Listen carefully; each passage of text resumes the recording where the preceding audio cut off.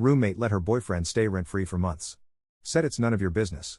I took photos of every violation, reported it to our landlord, and got the whole building shut down. She had to pay all the fines. The last year of my life feels like a fever dream I still haven't fully woken up from. If you told me 2 years ago that I'd be sitting alone in a one-room apartment in Tacoma, Washington, with my savings drained, friendships torched, and my patience for people totally shredded, I would have laughed it off as ridiculous. But here I am. And the whole twisted tale begins with Zara. Zara was my best friend from college, where we met during freshman orientation. I was quiet, focused, and a bit anxious about the future, while she was all fire and spontaneity, taking on the world as if it owed her something. We balanced each other out, and the friendship just worked. After we graduated, we somehow ended up in the same city, Tacoma, and decided to share an apartment to cut costs. The place wasn't glamorous, a brownstone near the waterfront, slightly rundown but with character, which is what you say about an old apartment with peeling paint and squeaky floors, but it was ours. We had our routines, our inside jokes, and our system of shared responsibilities. I cooked most nights, she cleaned.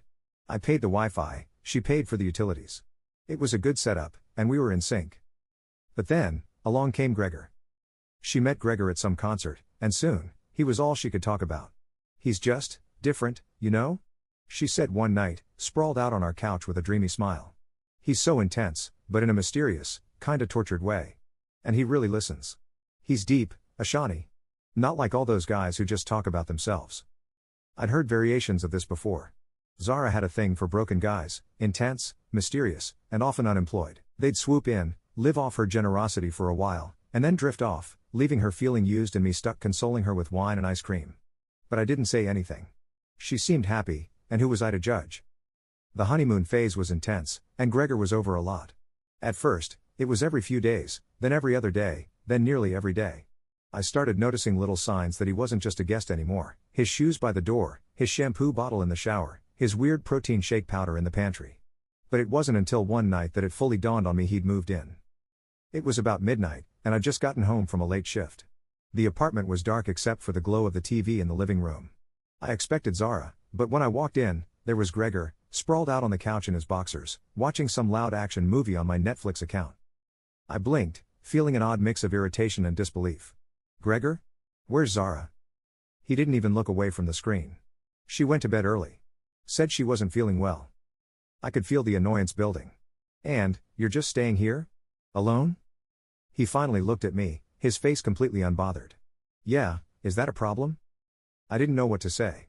I didn't want to make a big deal out of it, so I just muttered, no, I guess not. But the whole thing felt weird, and it only got weirder from there. The next morning, I sat Zara down for a conversation. So, Gregor seems to be here a lot. Like, a lot. Has he moved in? She rolled her eyes like I was being dramatic. Ashani, don't be weird about it. He's just going through some stuff right now. He had to leave his old apartment because the landlord was a nightmare. He's just crashing here until he figures things out. My patience was starting to wear thin, but I tried to keep it civil. But Zara, he's been here almost every day for weeks. It's not just crashing when he's basically living here rent-free. She gave me that look, the one that said I was being unreasonable. Ashani, can't you be a little understanding? I mean, he's my boyfriend. He's going through a rough time, and I'm helping him out. It's none of your business, really. None of my business? I swallowed back a sharp retort. I knew Zara could be stubborn, but this was a new level. Well, it kinda is my business, I said slowly, trying not to snap. We're roommates. We split the rent. And now we've got a third person here who's not contributing. She shrugged, completely unbothered. If it bothers you that much, just don't interact with him. I was stunned. I'd always been the one to let things slide, to avoid confrontation.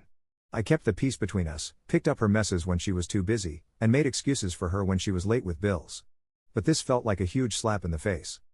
I decided to give it a few days to see if things would change. Spoiler alert, they didn't. In fact, things got worse.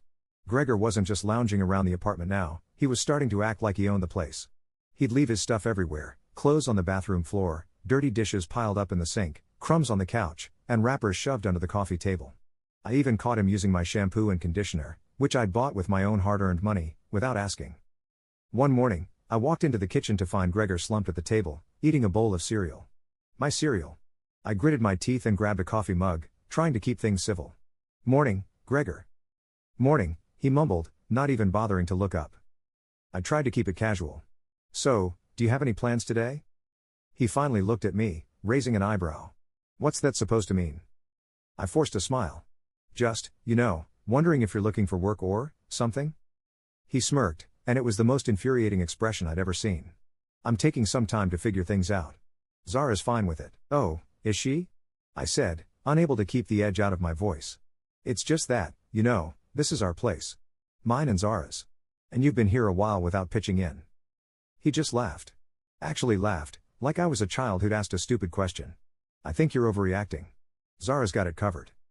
I went to my room, fuming, and texted Zara. We need to talk. This is getting out of hand. She texted back a few hours later, I'm working late. We'll talk when I'm back. She finally came home around 9, looking exhausted. But I couldn't let it go anymore. I took a deep breath and launched in. Zara, we need to set some boundaries. Gregor's been here all the time. He's eating my food, using my stuff, and making a mess. He needs to start paying or find somewhere else. She looked at me with an icy calm that I'd never seen before. Ashani, you can be really selfish sometimes. Gregor's going through stuff. He needs me, and I'm going to be there for him. Why can't you just get off his back?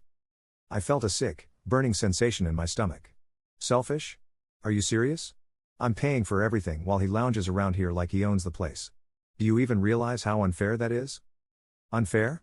She snapped back. Do you have any idea what he's been through? Not everyone has it as easy as you do, Ashani. You're making this all about money. Maybe if you try to be more compassionate. I couldn't believe what I was hearing. Compassionate?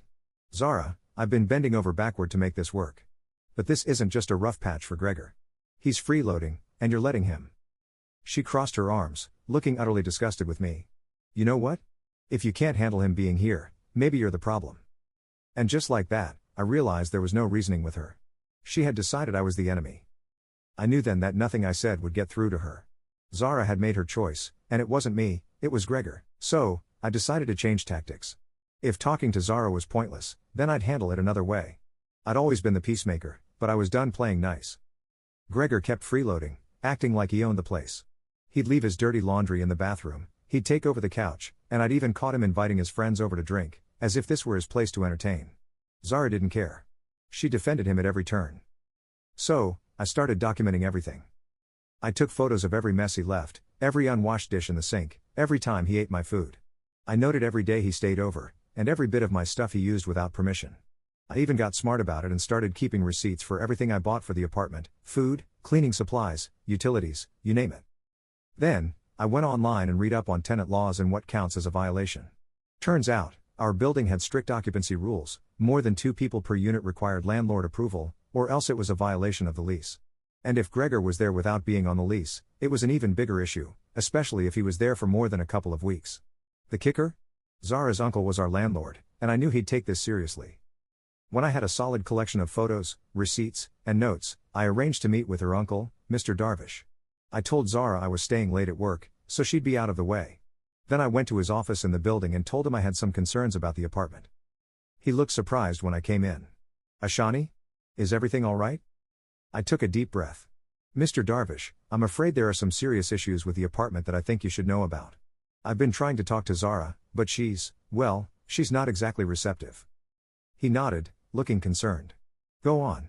I laid it all out, everything Gregor had been doing, how he'd moved in without permission, how Zara refused to enforce any boundaries, and how it was causing damage to the apartment. I showed him the photos of the messes, the notes about how much the utilities had gone up, and even the legal violations for overcrowding. By the time I was done, Mr. Darvish was seething.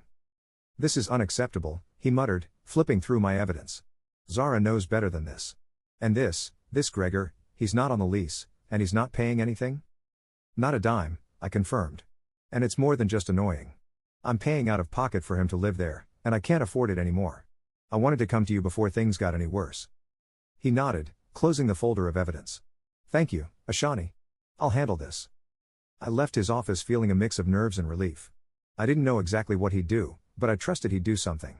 And I didn't have to wait long to find out. The next day, Zara and I were at home, and Gregor was on the couch again, glued to his phone. Mr. Darvish knocked on our door, and I opened it, trying to keep my face neutral. Hi, Uncle. Zara chirped, totally oblivious. What's up? Mr. Darvish's face was stony. Zara, we need to talk. In private. She looked taken aback, but followed him to her bedroom. I could hear muffled voices, and then her voice got louder. Are you serious? But I can't, he's my boyfriend. Mr. Darvish didn't budge. It doesn't matter. He's either on the lease, or he's out. And those violations? You're responsible for every single one. The fines alone are more than 2 months' rent. Zara's face was pale when she emerged. She shot me a glare, and I pretended to be deeply invested in scrolling through my phone. Mr. Darvish left without another word, and she turned to me, livid. You went behind my back? She hissed, eyes blazing. I shrugged, keeping my voice even. I tried talking to you. You told me it was none of my business. She scoffed, like she couldn't believe I'd done this. You're going to regret this, Ashani. But the next day, Zara got the notice. Gregor had to leave within 48 hours, or we'd face eviction. Mr. Darvish had slapped her with every possible fine, and she was fully responsible. The fines totaled over $2,000, which was a lot for her, considering she'd barely saved anything. Gregor was furious. You're just gonna let them kick me out? He shouted at Zara, loud enough for me to hear in my bedroom. What do you want me to do? She snapped back. I can't afford this. Oh, so now it's my problem? Gregor shot back. I thought we were in this together, Zara. Unbelievable. And with that, he grabbed his things and left. I watched from the window as he stormed out with a duffel bag, not even bothering to say goodbye. Zara spent the next few days sulking, barely speaking to me. I could tell she wanted to blame me, but she knew deep down that she'd brought this on herself. By the end of the month, Zara announced she was moving out. She said she couldn't stand the vibe in the apartment anymore, and I was honestly relieved. We barely spoke as she packed up her things. The last words she said to me as she walked out were, I hope you're happy, Ashani. You got what you wanted. And you know what? I was happy. I finally had my space back, peace and quiet, and no freeloaders eating my food or using my stuff. I even kept the apartment after she left, negotiating a fair rent with Mr. Darvish. He told me he was grateful I'd spoken up and that he was embarrassed by how his niece had acted. I settled back into a routine, and for the first time in months, I felt at peace. Zara's number was blocked, Gregor was long gone, and my apartment was my own again. It was sweet, satisfying revenge, not by yelling, not by stooping to their level, but by quietly, methodically standing up for myself. I'd lost a friend, but I'd found something way more important, my self-respect. And, in the end, that was worth everything.